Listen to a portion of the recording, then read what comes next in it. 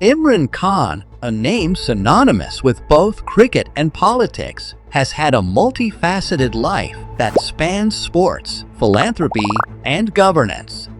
His rise from being an iconic cricketer to becoming the Prime Minister of Pakistan is a remarkable story of ambition, resilience, and transformation. Below is a detailed exploration of his life, covering his early years, cricketing career, philanthropy, political journey, and tenure as Prime Minister. Early life 1952 to 1970s.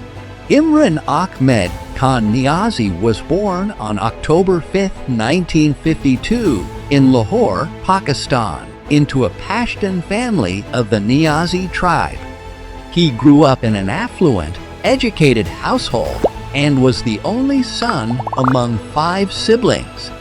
His father, Ikramullah Khan Niazi, was a civil engineer, and his mother, Shaukat Khanum, came from a well-off family in Lahore. Khan's early education was privileged. He attended the elite HSN College in Lahore, a school that has produced many prominent figures in Pakistan. He later went to Royal Grammar School, Worcester in England, where his cricketing talent began to flourish. He then entered Keble College, Oxford in 1972, where he studied philosophy, politics, and economics PPE, a prestigious degree for those aspiring to a career in leadership. At Oxford, he also continued to excel in cricket. Cricket career 1971 to 1992. Imran Khan's cricketing career began in 1971 when he made his debut for the Pakistan national team in a test match against England at the age of 18.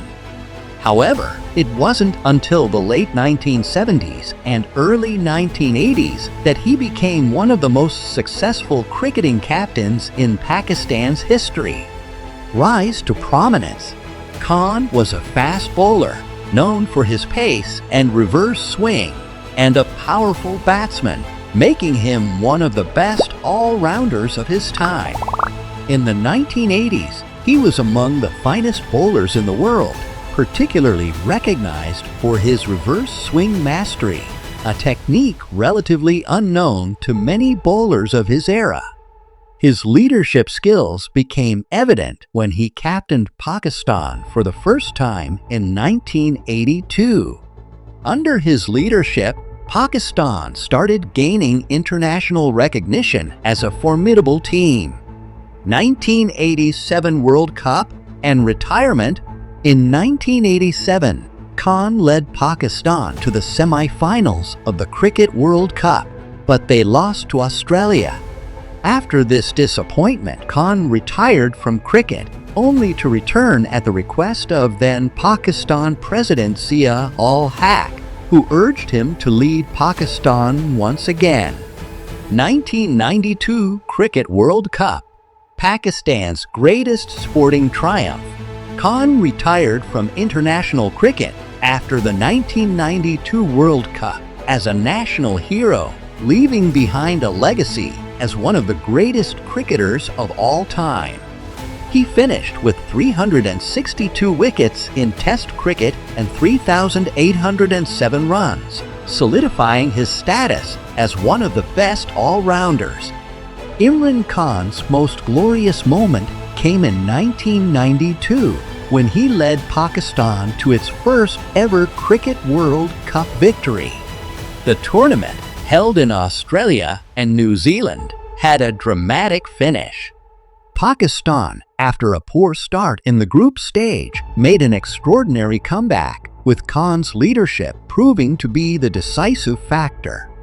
In the final against England, Khan's all-around performance, including a critical 72 runs, led Pakistan to victory.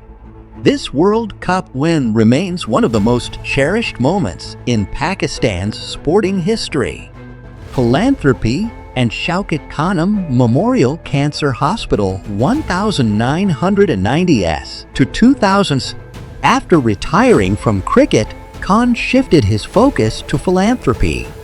One of the most significant contributions he made was the establishment of the Shaukat Khanum Memorial Cancer Hospital and Research Center, named after his mother, who had died of cancer in 1985. The hospital, inaugurated in 1994, was Pakistan's first state-of-the-art cancer facility, providing free care to thousands of patients who couldn't afford treatment. The success of the hospital was largely due to Imran Khan's tireless fundraising efforts, both domestically and internationally. His credibility as a cricket legend helped him garner widespread support. In 2002, he also founded the Namal College, an institution of higher education in the rural district of Mianwali, aimed at providing quality education to those from less privileged backgrounds. Political career: early years and struggles 1996 to 2010s.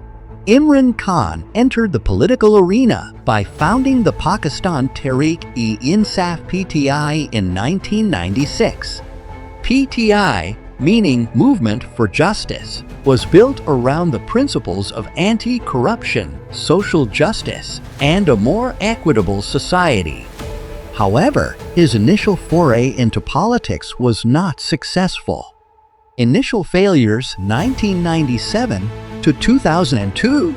In the 1997 general elections, PTI failed to win even a single seat in the National Assembly. Political pundits dismissed Khan as a novice, and his party struggled to gain traction against the more established political parties like the Pakistan People's Party (PPP) and the Pakistan Muslim League (PMLN). However, Khan persisted, undeterred by the initial failures. In the 2002 general elections, PTI won a single seat, Imran Khan's own from Mianwali, though it remained a small party. Political reforms and advocacy.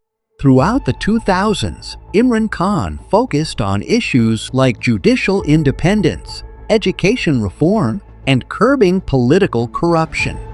He was a vocal critic of Pervez Musharraf's military dictatorship and U.S. drone strikes in Pakistan's tribal areas, which killed both terrorists and civilians, according to various reports. He also opposed Pakistan's involvement in the U.S.-led war on terror, believing it to be against national interests and deeply harmful to Pakistan's sovereignty.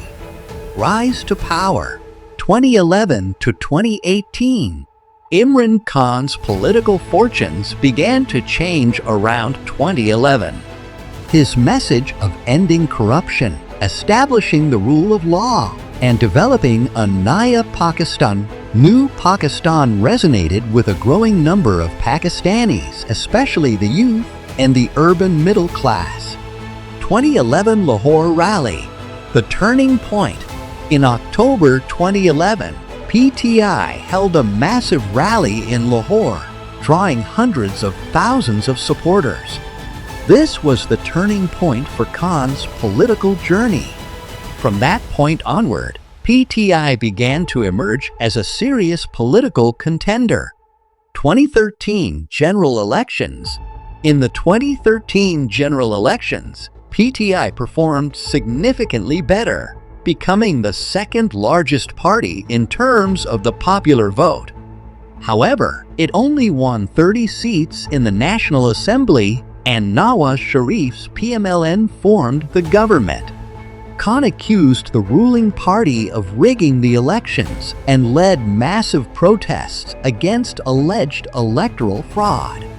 These protests, often referred to as the Dharna sit-in movement in 2014, paralyzed Islamabad for several months, but did not lead to immediate political change.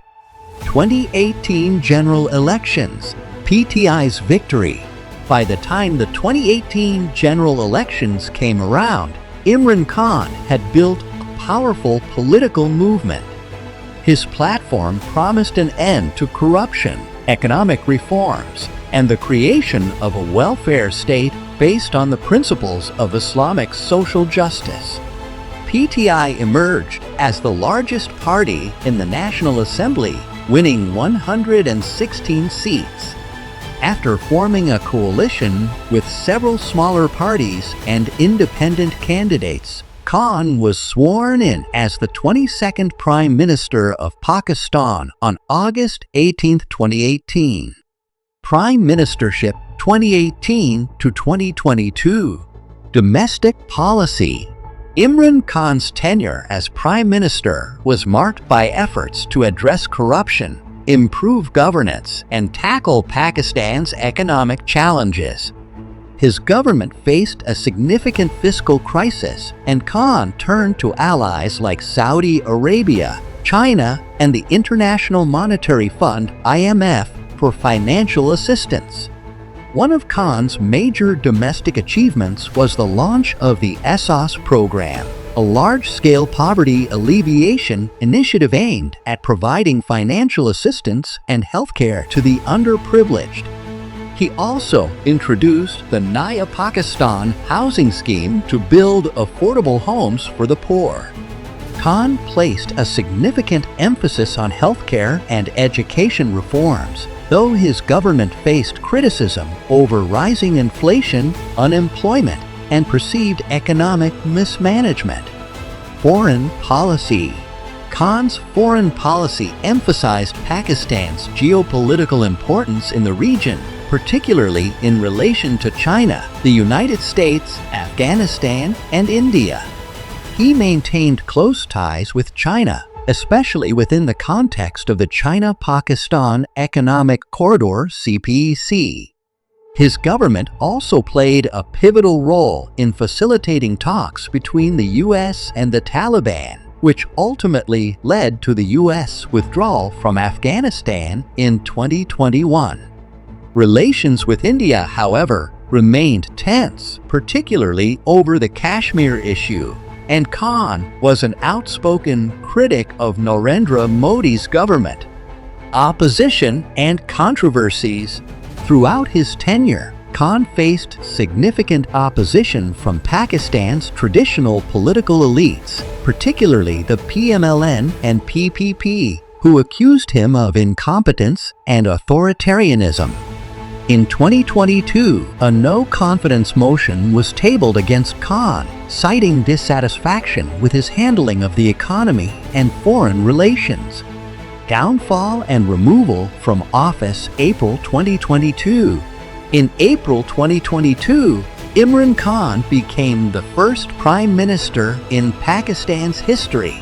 Imran Khan's journey from being Pakistan's cricket legend to prisoner number 804 is a story that encapsulates both his political rise and the controversies that eventually led to his imprisonment in 2023. Below is a detailed account of the series of events that led to his downfall, why he was jailed, and how prisoner number 804 became a symbol in Pakistan's political landscape. Background: Imran Khan's political ascent and the Toshakhana case. After Imran Khan's resounding success as a cricketer and philanthropist, he entered politics by founding the Pakistan Tehreek-e-Insaf (PTI) in 1996. Though initially struggling to gain a foothold in Pakistani politics, Khan's platform of anti-corruption and justice gained momentum over time.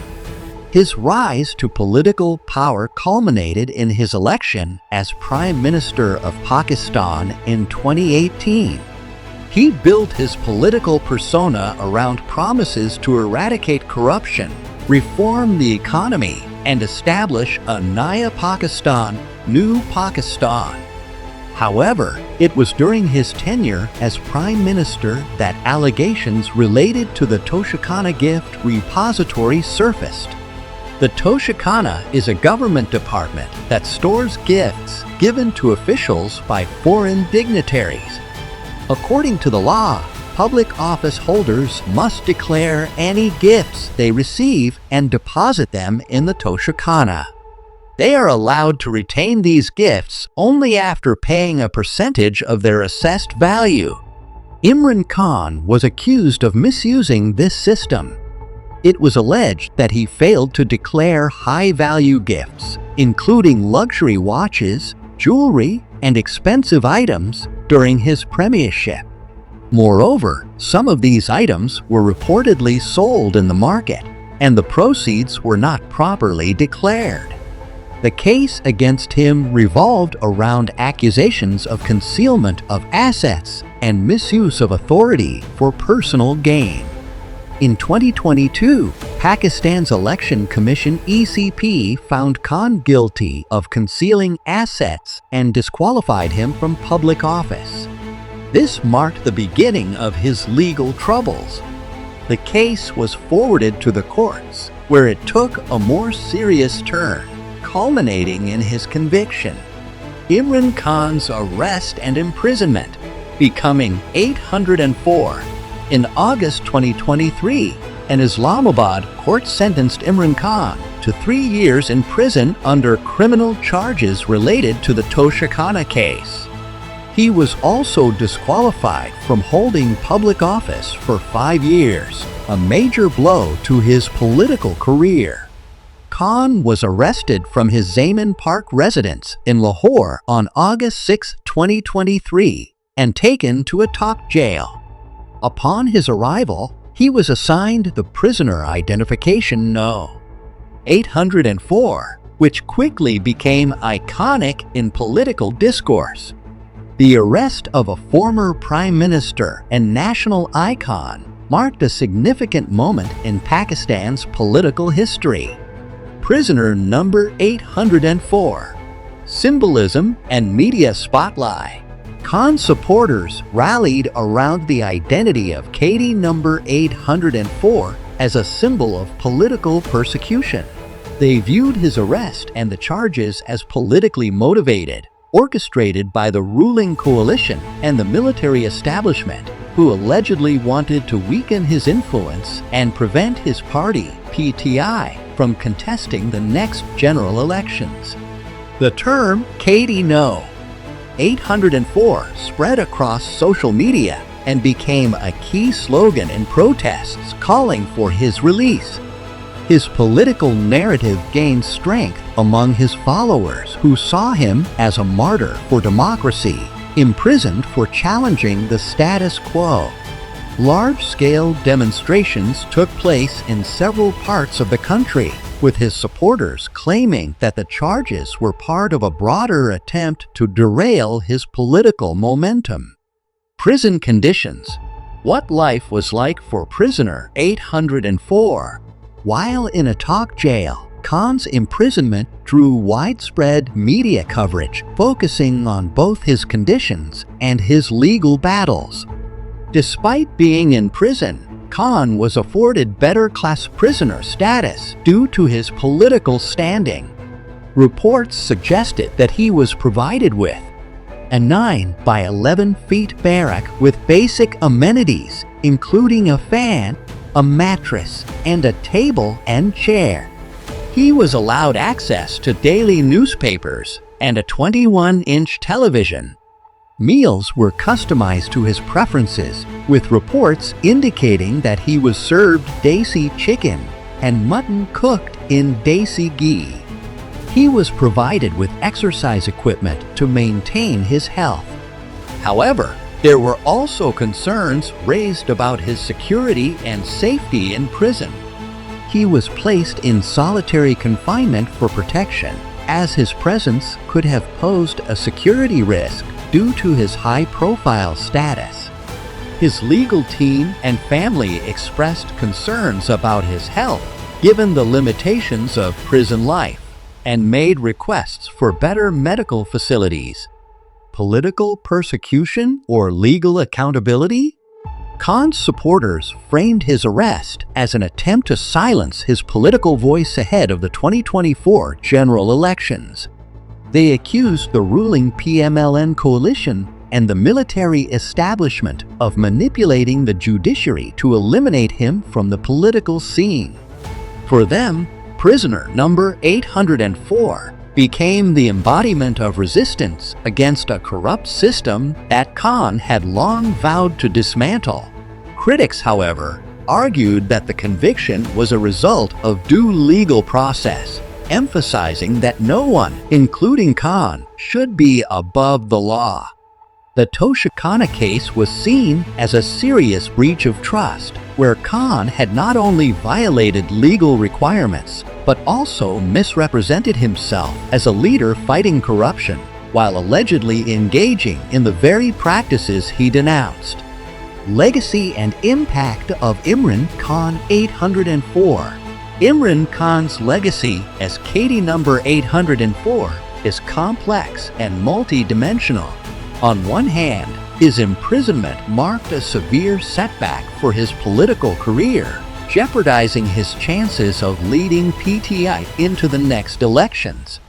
On the other hand, it solidified his image as a defiant leader willing to face imprisonment for his beliefs. His supporters see him as a political prisoner who is being persecuted for standing up to Pakistan's powerful military and political elite. Even while incarcerated, Khan remained politically active through his legal team, issuing statements and keeping his supporters engaged. His imprisonment, rather than diminishing his influence, increased his appeal among those disillusioned with Pakistan's traditional political parties. Conclusion: Imran Khan's journey from being Prime Minister to prisoner number 804 is a critical chapter in Pakistan's modern political history. His rise, fall, and imprisonment are intertwined with the country's ongoing struggle between democratic aspirations and authoritarian control. Whether viewed as a victim of political vendetta or as a leader justly held accountable for misconduct, his imprisonment has had profound implications for Pakistan's political future. His story continues to evolve with ongoing legal battles, political rallies, and public discourse. The figure of KD number 804 remains a powerful symbol in the nation's turbulent political landscape,